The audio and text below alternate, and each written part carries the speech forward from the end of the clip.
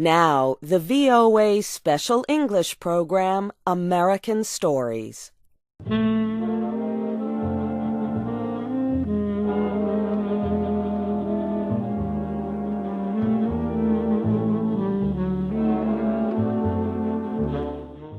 We continue the story of The Open Boat by Stephen Crane. As we told you last week, the story is based on true events. In 1896, Crane was traveling to Cuba as a newspaper reporter. On his way there, his ship sank in the Atlantic Ocean. Crane climbed into the last remaining small lifeboat. 3 men got into the boat with him.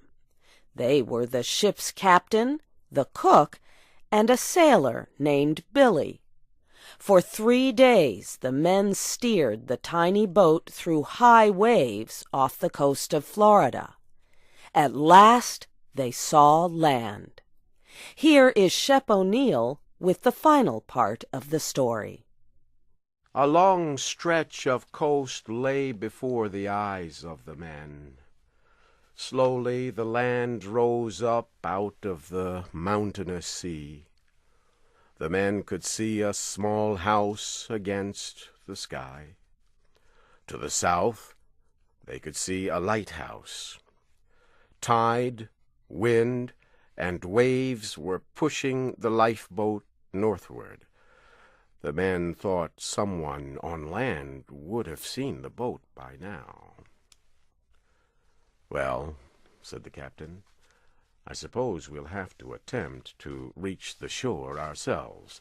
If we stay out here too long, none of us will have the strength left to swim after the boat sinks." So Billy the sailor turned the boat straight for the shore. "If we don't all get ashore," said the captain, "I suppose you fellows know where to send news of my death." The men then exchanged some information. There was a great deal of anger in them.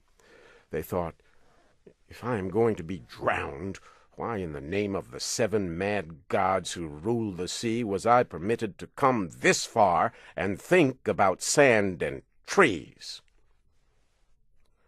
The waves grew stronger.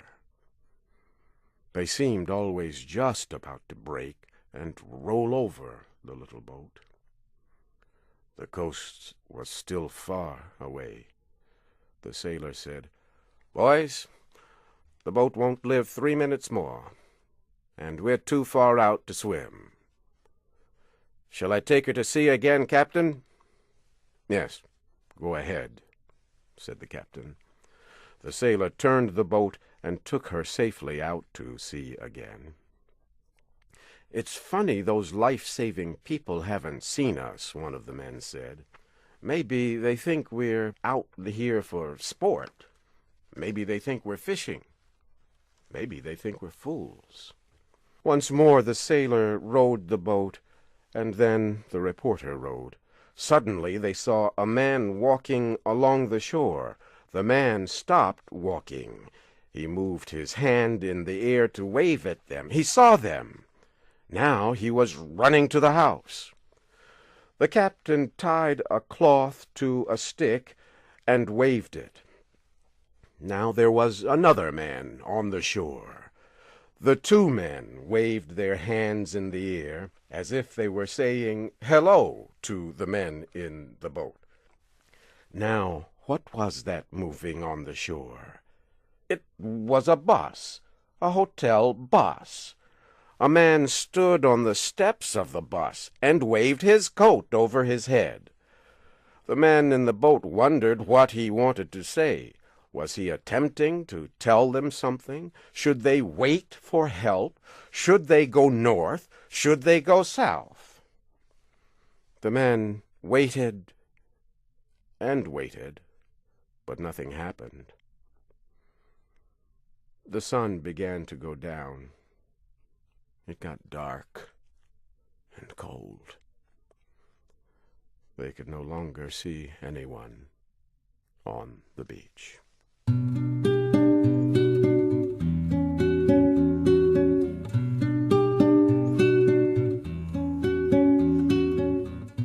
The sailor rowed, and then the reporter rowed, and then the sailor rowed again. They rowed and rowed through the long night. The land had disappeared, but they could hear the low sound of the waves hitting the shore.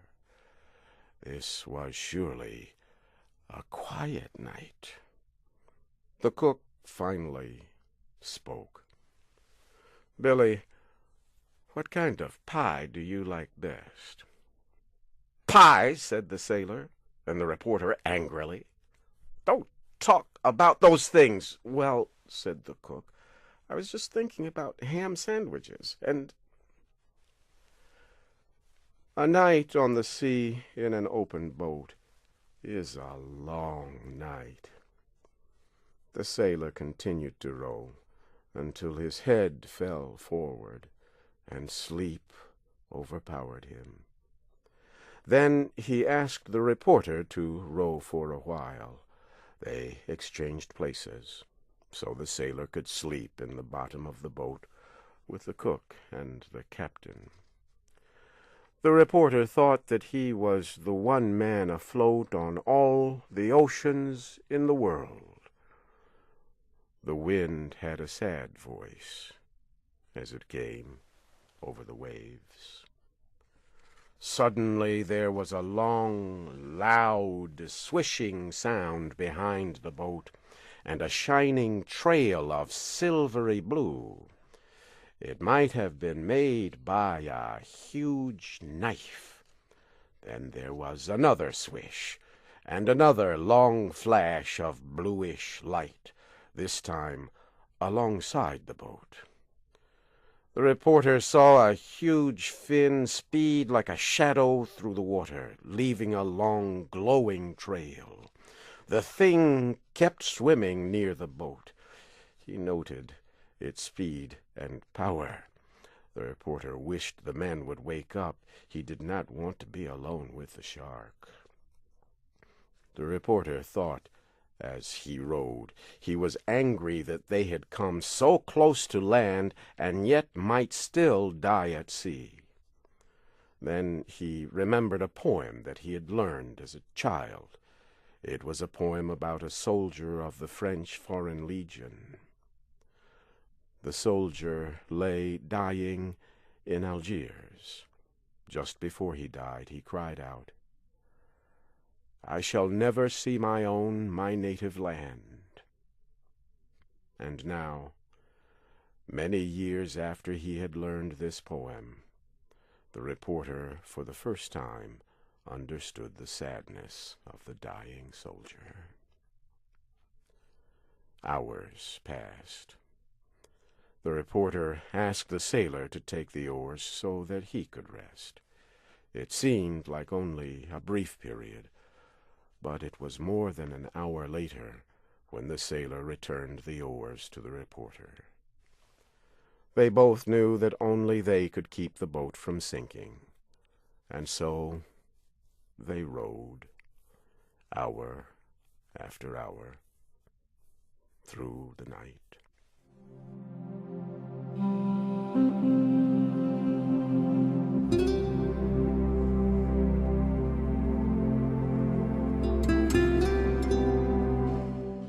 When day came, the four men saw land again. But there were no people on the shore. A conference was held on the boat.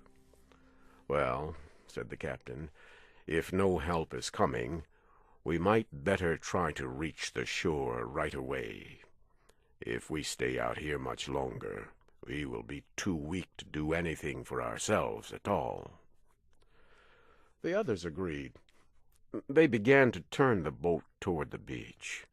The captain told them to be careful, that when the boat came near the beach, the waves would sink it. Then everyone should jump out of the boat and swim to the shore. As the boat came closer to land, the waves got bigger and more violent. At last, a large wave climbed into the air and fell on the small boat with great force.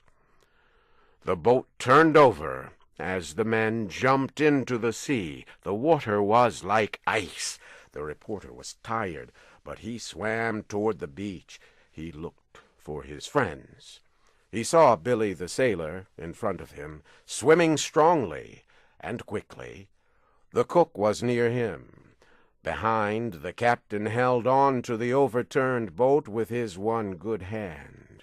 Soon the reporter could swim no longer. A current was carrying him back out to sea. He thought, "Am I going to drown? Can it be possible?" But the current suddenly changed, and he was able to swim toward the shore. The captain called to him to swim to the boat and hold on.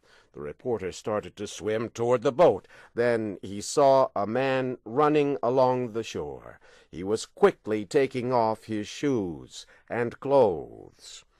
As the reporter got close to the boat, a large wave hit him and threw him into the air over the boat and far from it. When he tried to get up, he found that the water was not over his head, only halfway up his body, but he was so tired that he could not stand up. Each wave threw him down, and the current kept pulling him back to sea. Then he saw the man again jumping into the water. The man pulled the cook to the shore. Then he ran back into the water for the captain, but the captain waved him away and sent him to the reporter. The man seized the reporter's hand and pulled him to the beach. Then the man pointed to the water and cried, "What's that?"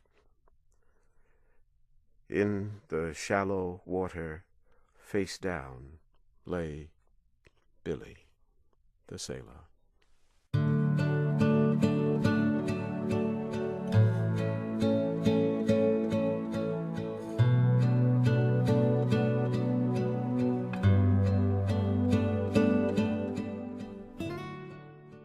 The reporter did not know all that happened after that.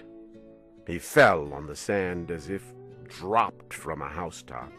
It seems that immediately the beach was filled with men with blankets, clothes, and whiskey. Women brought hot coffee. The people welcomed the men from the sea to the land. But a still and dripping shape was carried slowly up the beach, and the land's welcome for the sailor's body could only be its final resting place.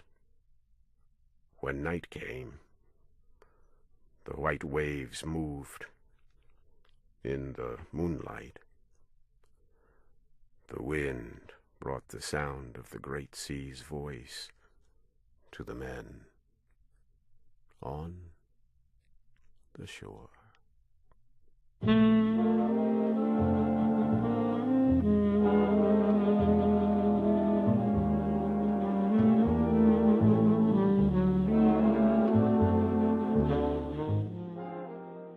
The Open Boat was written by Stephen Crane. This program was adapted for Special English by Shelley Gollust and produced by LaJuan Davis. Your storyteller was Shep O'Neill. You can read and listen to other American stories on our website, voaspecialenglish.com. I'm Barbara Klein.